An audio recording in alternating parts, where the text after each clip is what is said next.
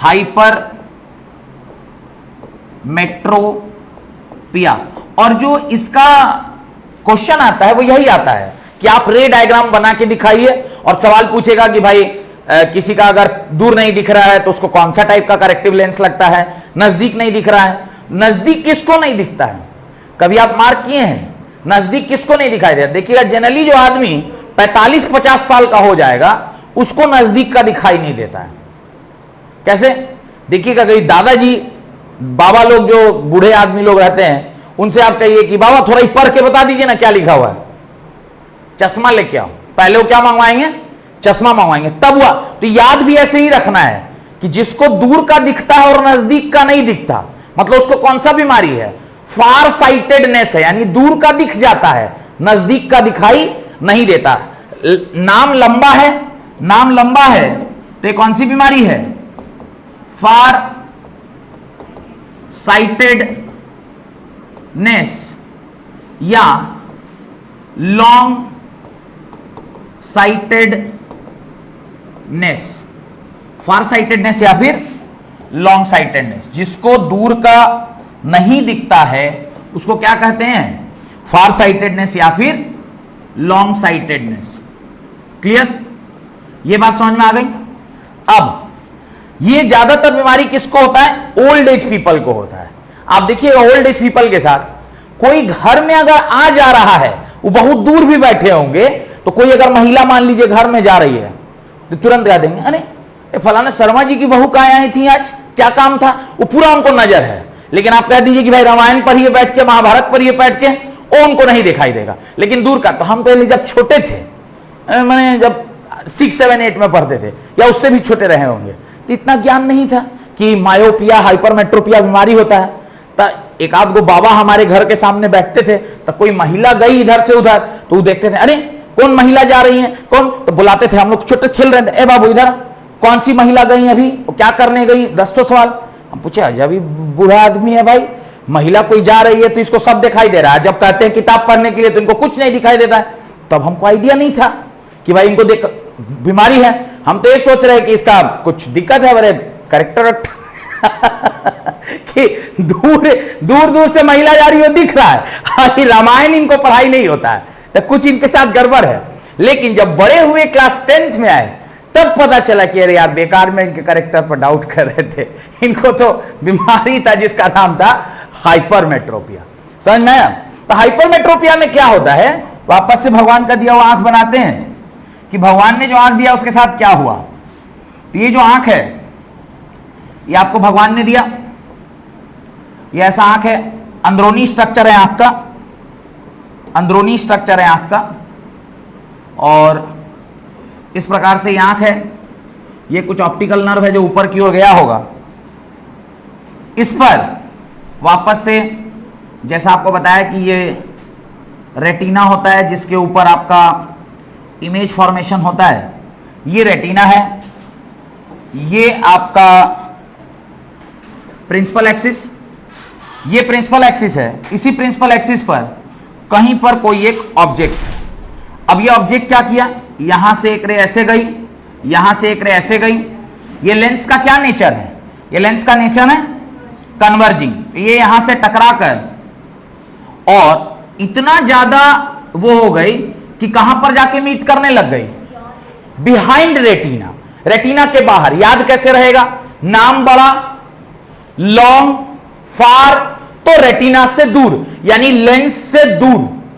याद रखना, एग्जाम के लिए बता रहे हैं, ऐसे नहीं लिख दीजिएगा कि हाइपरमेट्रोपिया मींस सर बताए थे कि नाम बड़ा रहेगा इसीलिए दूर।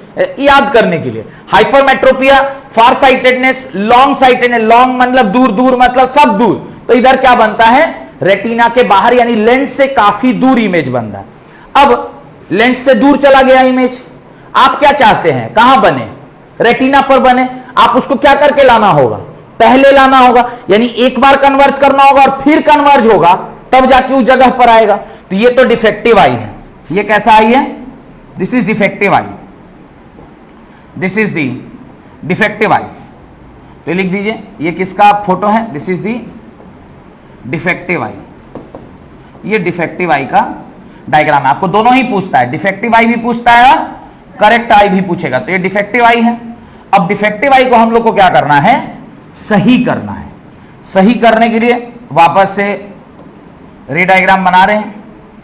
ये भगवान के द्वारा दिया गया लेंस, ये आपका अंदरूनी स्ट्रक्चर आंख का, ये आपका अंदरूनी स्ट्रक्चर आंख का, यहां से कुछ ऑप्टिकल नर्व जो ब्रेन को गई। क्लियर? अब ये आपका प्रिंसिपल एक्सिस है। अच्छा, यहां पर जो स्क्रीन है उसको हम लोग क्या कहते हैं, रेटिना कहते हैं। इसी रेटिना पर आपको क्या करना है, इमेज का फॉर्मेशन कराना है। अब आप देखिए, मैं चाहता हूं कि ये जो रेज बाहर जाके मिल रही हैं ये पहले आकर मिले, यानी ज्यादा कन्वर्ज करना चाहते हैं। पहले वाले केस में वो पहले मिल रहा था तो उसको हम पहले डाइवर्ज किए और फिर कन्वर्ज किए तो उस जगह पर पहुंच गया। इस बार वो बहुत ज्यादा कन्वर्ज है, तो अभी हम लोग को क्या करना होगा, पहले थोड़ा सा पहले ही कन्वर्ज करके और फिर जब कन्वर्ज करेंगे तो जगह पर पहुंच जाएगा। तो इसलिए जब यहां पर आप करेक्टिव लेंस डालेंगे, जब यहां पर आप करेक्टिव लेंस डालेंगे तो यहां पर कौन सा लेंस डालते हैं, कन्वर्जिंग लेंस डालेंगे। अब देखिए वापस से यहां है, ये आकर इस पर क्या हुआ, ये वापस से आकर इसके ऊपर टकराया। पहली बार इससे टकराया, टकराने के बाद ये स्लाइटली क्या हुआ, कन्वर्ज हुआ। और अब जो ये कन्वर्ज होगा तो एग्जैक्टली कहां पर आके मीट करेगा, रेटिना पे आके मीट करेगा। और आपका रे किस पर मीट कर गया, तो दो बार कन्वर्ज हुआ ना, एक बार यहां स्लाइट कन्वर्ज हुआ और फिर जो दोबारा कन्वर्ज हुआ तो आके कहां बन गया, रेटिना पे बन गया। और यहां पर ये आपका कौन सा आई है, करेक्टेड आई है।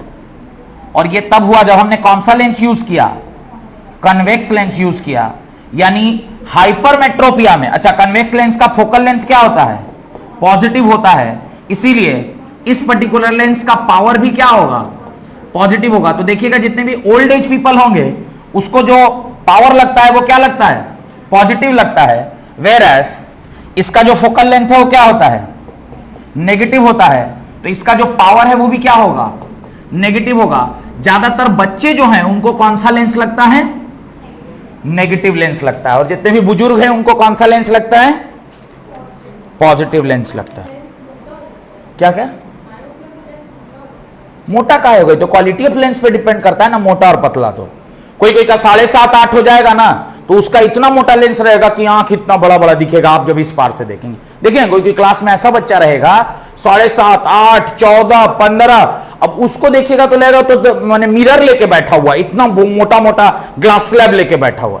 तो वो सब का आंख इतना डैमेज हो गया है कि चश्मा हट जाए तो उसको 1 फीट आगे कौन खड़ा ऐसे ऐसे करने लगेगा। इतना मतलब, या तो बाई बर्थ भी कभी कभी होता है कि किसी किसी का ऑप्टिकल नर्व में कुछ प्रॉब्लम आ गया, सूख गया, तो कोई एक वो प्रॉब्लम है। और कुछ एक प्रॉब्लम है जहां पर आपने ये भी गड़बड़ी करते हैं कि जो टीवी वगैरह देखे बहुत ज्यादा, मोबाइल वगैरह बहुत ज्यादा देखे, या हरी सब्जी का सेवन कम किए, या कोई लोग बोलते हैं कि सुबह सुबह घास पर चलना चाहिए जिससे कुछ आंख ठीक रहता है। अब ये कई अलग अलग तरह का उपचार लोग बताते हैं, पर मेडिकल साइंस तो यही कहता है कि भाई अगर आपका आंख खराब हो गया तो आप क्या पहन लीजिए, चश्मा पहन लीजिए, जिससे आपका काम